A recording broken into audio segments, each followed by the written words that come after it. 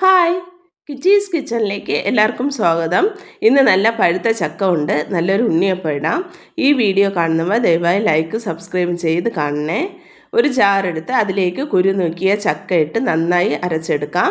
ഇതാ ഇവിടെ ചക്ക നല്ലതുപോലെ അരച്ചെടുത്തിട്ടുണ്ട്. ഇത് ഒരു ബൗൾ ചക്കയുണ്ട്, അത് ഒരു പാത്രത്തിലേക്ക് ആഡ് ചെയ്ത് ഒരു ബൗൾ അരിപ്പൊടിയും ആഡ് ചെയ്ത് ഒരു ബൗൾ ശർക്കര എടുത്ത് വെച്ചിട്ടുണ്ട്. ശർക്കര ഫുള്ള് ഞാൻ ഇതിലേക്ക് ചേർക്കുന്നില്ല, കുറച്ച് ചേർക്കുന്നുണ്ട്. ഇതാ കുറച്ച് മാറ്റി വയ്ക്കുന്നുണ്ട്. ഇത് ടേസ്റ്റ് നോക്കി വേണമെങ്കിൽ ഇടാം. എടുത്തു വെച്ചിരിക്കുന്ന പൊടിച്ച ഏലക്കയും ആഡ് ചെയ്ത് ഒരു ബൗൾ വെള്ളവും ചേർക്കുന്നുണ്ട്. വെള്ളവും ചേർത്ത് നല്ലതുപോലെ കലക്കിയെടുക്കാം. ശർക്കര പ്രത്യേകിച്ച് ഉരുക്കി മാറ്റിയെടുക്കണ്ട, കാരണം ഇത് കല്ലും മണ്ണൊന്നും ഇല്ലാത്ത ശർക്കരയാണ്. മാറ്റി വെച്ചിരിക്കുന്ന ശർക്കരയും കൂടെ ആഡ് ചെയ്യാണ്, കാരണം കുറച്ച് ഇനിപ്പ് കുറവുണ്ട്. ഇത് വെന്ത് വരുമ്പോഴത്തേക്ക് കുറച്ചുകൂടെ ഇനിപ്പ് കുറയും. അതുകൊണ്ട് എല്ലാ ശർക്കരയും അതിൽ ആഡ് ചെയ്ത് ഇതുപോലെ നന്നായി കലക്കിയെടുത്തു. ഇനി ഒരു പാൻ അടുപ്പത്ത് വെച്ച് അതിലേക്ക് കുറച്ച് എണ്ണ ഒഴിക്കാം. എണ്ണ ഒഴിച്ചതിന് ശേഷം എണ്ണ നന്നായി ചൂടായി വരുമ്പോൾ എടുത്തു വെച്ചിരിക്കുന്ന തേങ്ങാക്കൊത്ത് അതിലേക്ക് ആഡ് ചെയ്ത് ഈ തേങ്ങാക്കൊത്ത് നല്ലതുപോലെ വറുത്ത് നല്ല ബ്രൗൺ നിറമാക്കി എടുക്കണം. ഇവിടെ തേങ്ങാക്കൊത്ത് തയ്യാറായിട്ടുണ്ട്. അത് ഞാൻ കോരിയെടുക്കുകയാണ്. കോരിയെടുത്ത് ആ തേങ്ങാക്കൊത്തും മാവിലോട്ട് ആഡ് ചെയ്ത് നല്ലതുപോലെ കലക്കി മാറ്റി വയ്ക്കാം.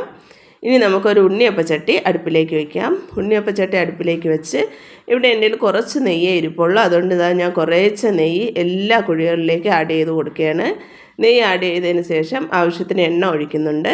എണ്ണയും ഒഴിച്ച് ഈ കലക്കി വെച്ചിരിക്കുന്ന മാവ് ഞാനൊരു ഗ്ലാസ്സിലേക്ക് ആഡ് ചെയ്ത് ഗ്ലാസ്സിൽ ആഡ് ചെയ്യുമ്പോൾ ഇങ്ങനെ ഒഴിക്കാൻ നല്ല എളുപ്പമാണ്. എല്ലാ കുഴികളിലും മാവ് ഒഴിച്ചതിന് ശേഷം ഒരു സൈഡ് നന്നായി മൂത്ത് വരുമ്പോൾ നമുക്ക് ഓരോ ഉണ്ണിയപ്പമായിട്ട് മറിച്ചിട്ട് കൊടുക്കാം. എല്ലാം ഇവിടെ ഞാൻ മറിച്ചിട്ടിട്ടുണ്ട്. ഇതിൽ നടുക്ക് തീ ഒത്തിരി കൂടി വരുന്നതുകൊണ്ടാണ് നടുക്ക് പെട്ടെന്ന് വരുന്നത്. അതുകൊണ്ട് ആ വെന്ത ഉണ്ണിയപ്പത്തിന് ഞാൻ എടുത്ത് മാറ്റി.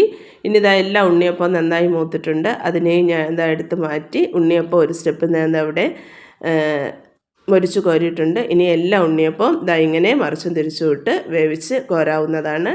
ഇവിടെ ഉണ്ണിയപ്പം തയ്യാറാണ്.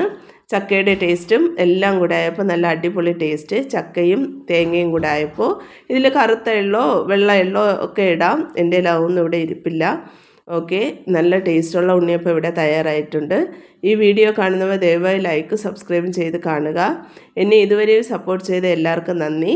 ഇതുണ്ടാക്കി നോക്കുന്നവർക്ക് ഇഷ്ടമായാൽ അഭിപ്രായം കമൻറ്റായി അറിയിക്കുക. Thank you.